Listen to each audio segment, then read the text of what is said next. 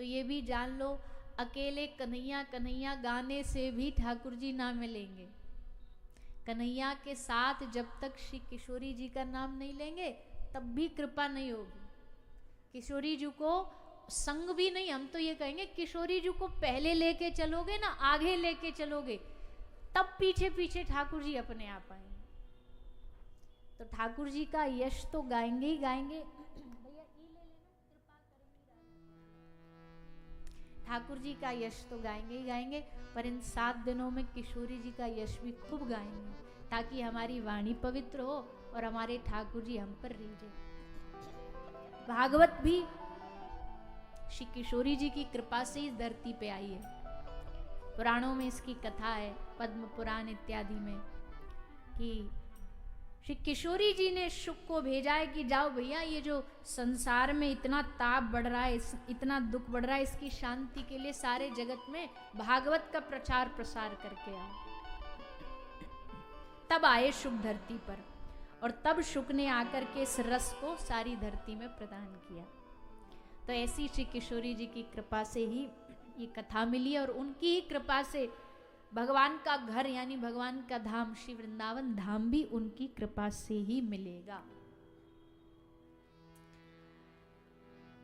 तो आइए 2 मिनट सब श्री किशोरी जी का ध्यान करेंगे, भाव से गाएंगे, तालियों की सेवा करेंगे, और मन में भाव जागे तो नाच भी सकते हो, और नाच भी क्या सकते हो, नाचना ही पड़ेगा।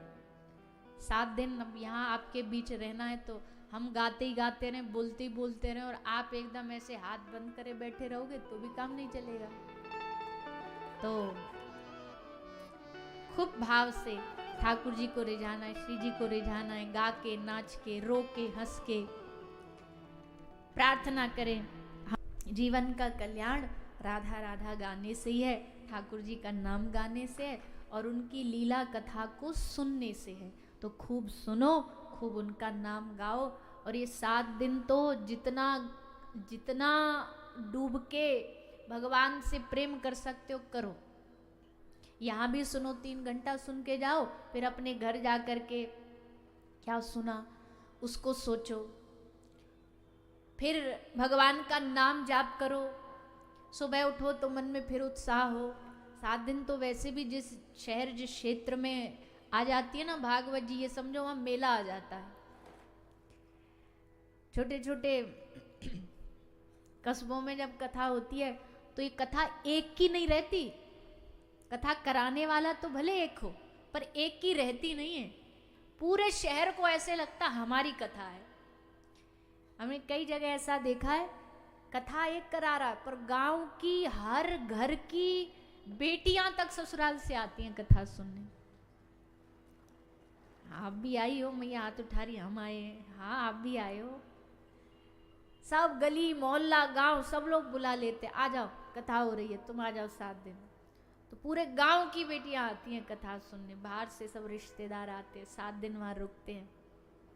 और देखो ब्याह किसी का हो, शादी हो, तो शादी में तो ज़्यादा से ज़्यादा घर वाले खुश होंगे, दूल्हा दुल्हन खुश होंगे, दूल्हा के चाचा फूफा खुश होंगे, नेग मिलेगा।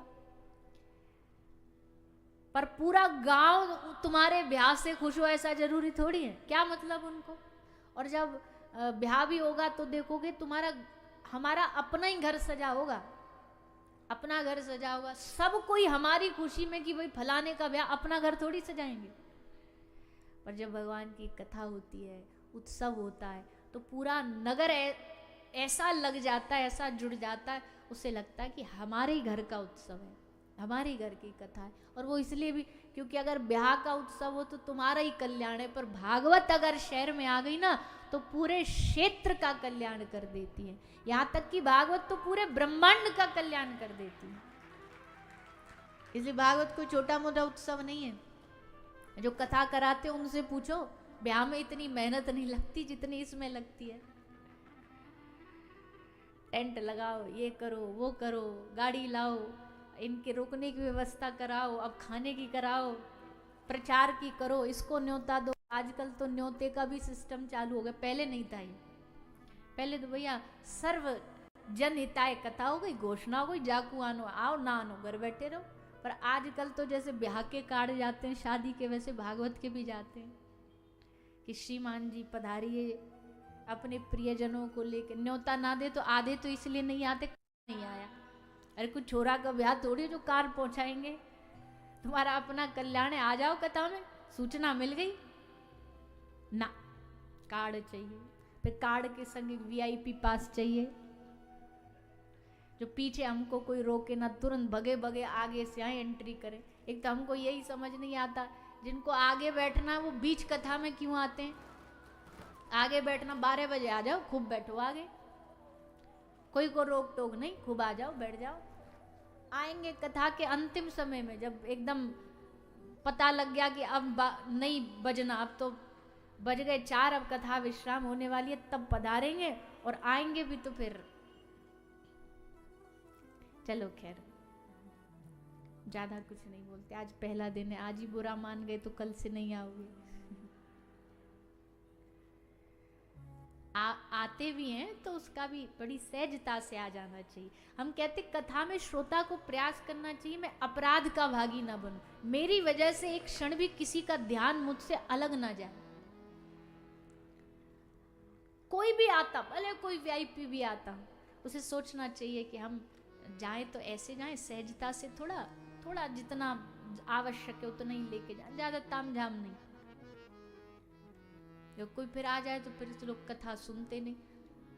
कथा में ध्यान भटकना बड़ा सहज होता है, इसलिए हम जब कथा करते हैं हम कोशिश करते एक सुई बराबर भी इधर उधर कोई ना देखे ना सुने, हमारी व्यासपीठ से नजर यहाँ से वहां जाए ही नहीं 3 घंटा, वह यहीं गड़ी रहे एकदम।